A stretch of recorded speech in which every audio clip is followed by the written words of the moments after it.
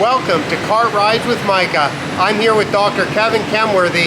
We're going to talk a little bit about warm season grass in Thailand. Welcome to the show, Dr. Kevin. Hello, Micah. I'm glad to be here. Excited to talk about grass. Should we go for a ride? Yes, we should. All right, let's go. Well, Dr. Kenworthy has been on a visit to Thailand to see some of the warm season grasses here, and he's also been to a couple other countries in Asia. And I thought, what a great opportunity, because we've just spent a couple days together. I wanted to ask you, for this being your first trip to Thailand, what was unexpected or surprised you about the grass that you saw here? Wow. Well, just first of all, Micah, thank you for hosting me the past couple of days. And what I'll really say about the entire trip is, for a Zoysia enthusiast to come to this part of the world, I was expecting it to be the trip of a lifetime, and it's really met and exceeded expectations, starting out in Hong Kong, going to Vietnam, and now Thailand for the past couple of days. Truly the most remarkable thing has been the people and the welcome and the friendliness, and everybody just there to help you. From Hong Kong, Vietnam, now Thailand. I can't say enough about, my wife joined me. We just love the people on this trip and how generously supportive everyone has been, from our host to the people in the hotels, the restaurants. The food that we've had has been extraordinary. It's really just been the people and the cultures and the regions of this world to experience that have made it the most remarkable trip. Zoysia grass has been great, but the people over the top. Well, I am very glad to hear that. And we have seen some interesting grasses also. We started off here in Thailand. We looked at the Ramanine Park in Bangkok, which I recommend to people if you want to see some really interesting grasses growing the way that they would grow in a low maintenance turf. Then go look at a park. And so what we can see there was a native type of Zoysia growing in the full sun areas and being the dominant turf there, where it's irrigated and mowed. We talked with one of the park staff and they said it's not fertilized. They don't fertilize the turf, but as soon as you get to the drip line, and you shared one of these pictures on your Twitter yesterday, as soon as you get to the drip line of a tree, now all of a sudden the species changes and you go from Zoysia to not Stenotaphyrum secundatum, St. Augustine grass, which you might expect in Florida or in Queensland, Australia. Instead, it changes to tropical carpet grass, Ixonopus compressus. Right. So I'm a faculty member at the University of Florida, and in the U.S., Florida has the climate most similar to this part of the world, and Mike is exactly right. I would expect to see St. Augustine grass. It doesn't exist here. But the tropical carpet grass is truly amazing, where we might see a transition from Bermuda grass to Zoysia grass or to St. Augustine grass in the shade.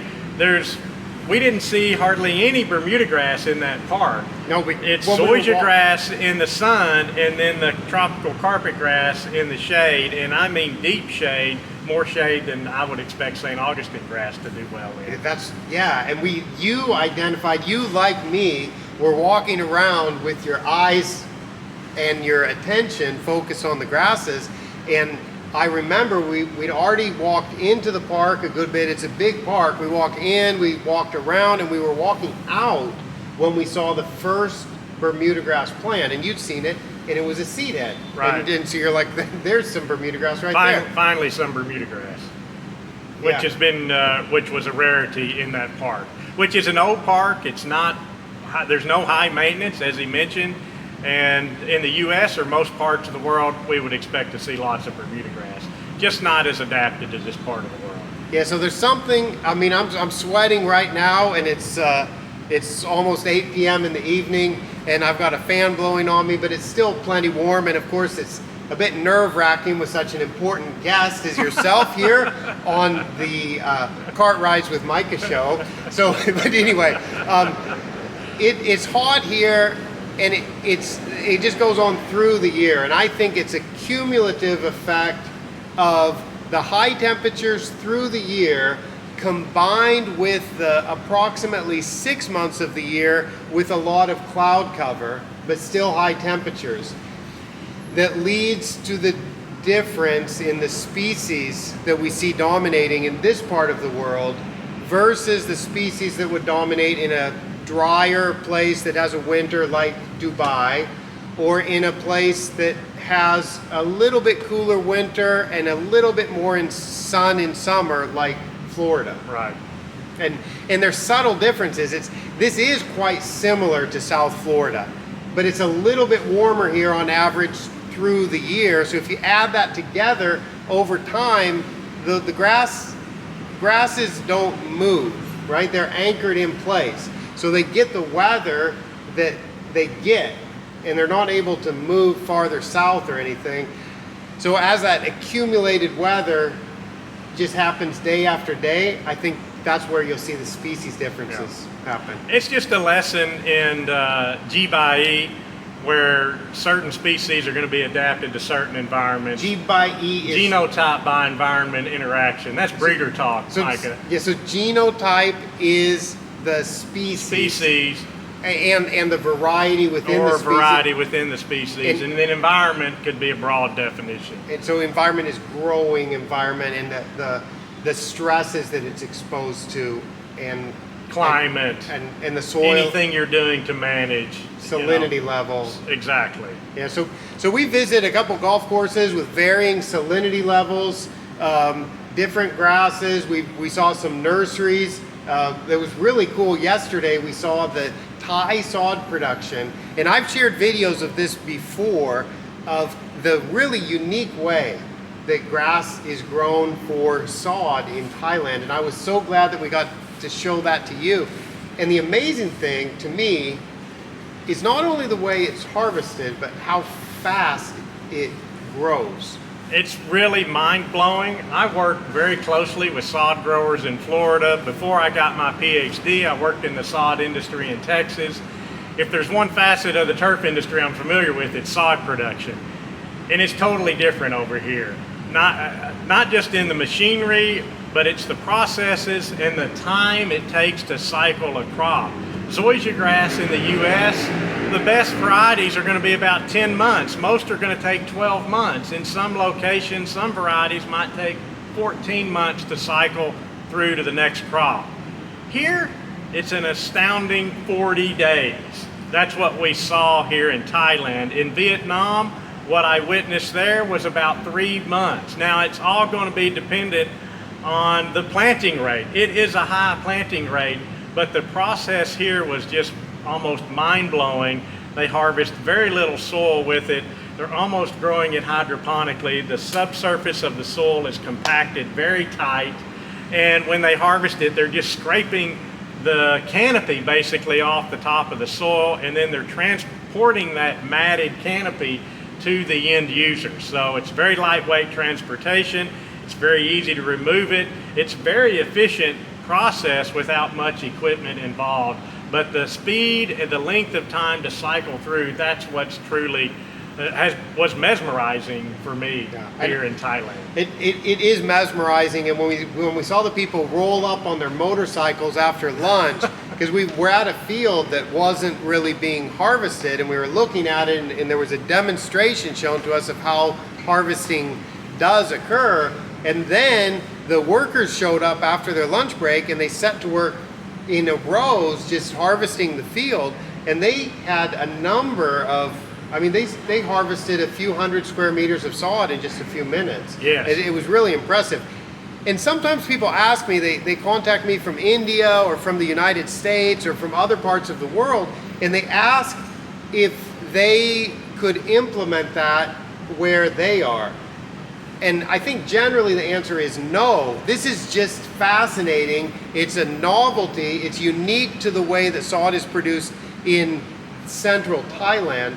But I don't think there's a lot that can be implemented to actually make this work commercially in other parts of the world. What you would need to have is very similar temperatures to here. So the reason why this happens so fast is a few reasons. They're using a variety of what I call Zoysia matrella, Dr. Kenworthy might help me to identify sometime in the future exactly what it is, if it might be a japonica or something. Or some intermediate between the species. Or some intermediate, but it is, in Thailand, it's the most rapidly growing Matrella. And so you're using a rapidly growing Zoysia. You're growing it in a location with really high temperatures, which allows the Zoysia Matrella to grow rapidly. And then the third part of that is the method that's used, which is a high planting rate. They take 1 square meter of sod and spread that over 4 square meters. So you're taking 25% of your harvest and replanting that, but then it allows you, within 6 or 7 weeks, you can harvest it again. I would say the other key factor is the compacted subsurface. The roots are barely penetrating the soil. The rhizomes aren't penetrating the soil. There's no rhizome development in the soil. It's all spreading above the surface. So whether it's a rhizome that's trying to develop in the plant or a stolon, it's all going to be lateral development across the surface of the soil. So the plant itself, builds that netting very quickly, and that new mat is formed ready for harvest in a short amount of time. How similar is that to growing on plastic?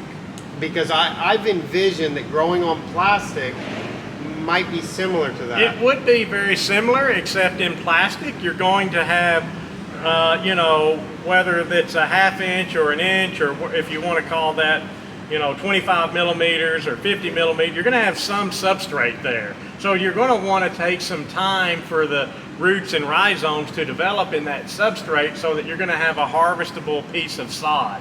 In this case, you don't need to wait time for the development of that matted rhizome to hold together a piece of sod with soil. You're just harvesting the vegetative canopy, and you don't need a lot of tensile strength to hold that together. Yeah, it's pretty cool. It's a pretty cool process. So I've got a couple videos of that on my YouTube channel, and I will try to make some more, because I think this is, like I said, it's a bit of a novelty, but it is fascinating for anybody who grows grass or is interested in growing grass anywhere in the world. I think it's really rare to see any piece of sod able to be harvested, and it's high quality grass that's you're gonna put that down, and you're gonna have a nice lawn or a nice whatever you're planting. It's gonna be pretty nice with that sod that's could be 6 or 7 weeks old. I'd love to see it at the end user site to see how it performs, roots in, what type of care it needs, watering particularly, since you don't have much of a root system. The plant will be very sensitive at that point, so it'll be interesting to see the end user care that's required. I didn't get to see that. It is, and it's often used on roadsides, because when they've got a median or a new intersection and there's some area of that needs to get sodded, this type of grass is what gets planted there. And I've noticed that sometimes it'll always get irrigated, because I pay attention to this when I see it, and I often see water trucks there with it being irrigated. But I sometimes see a piece of sod that got too dry and it just doesn't make it. Right. So you got those puzzles. Anybody who's laid sod and some of it's a little bit too dry or it got too dry, you'll have missing puzzle pieces that just didn't root down. Mm-hmm. And I have seen that a little bit. So definitely it needs some care. But any type of sod, anything with a limited root system is going to require that. Right. I suspect if you took this to a sports field, the result would be immaculate, because you would have an irrigation system set up, ready to go, and that you'd have tremendous success, and that it would root in quickly.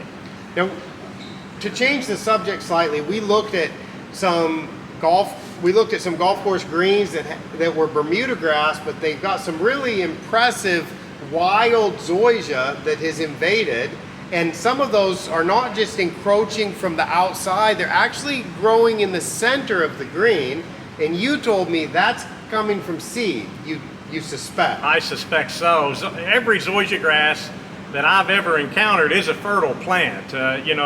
A lot of the Bermuda grasses that we use in the industry are hybrids between two species, and they have a certain number of chromosomes so that they can't create a fertile progeny, but all Zoysia grasses can reproduce. So I suspect that if you have this new different looking plant emerging in the center of a Bermuda grass putting green. There's Zoysia grass growing around the perimeter. It makes more sense that that was a seedling, a seed that got dropped, germinated, outcompeted the Bermuda grass versus something that came in vegetatively, or as a lot of people want to suspect that it's a mutation.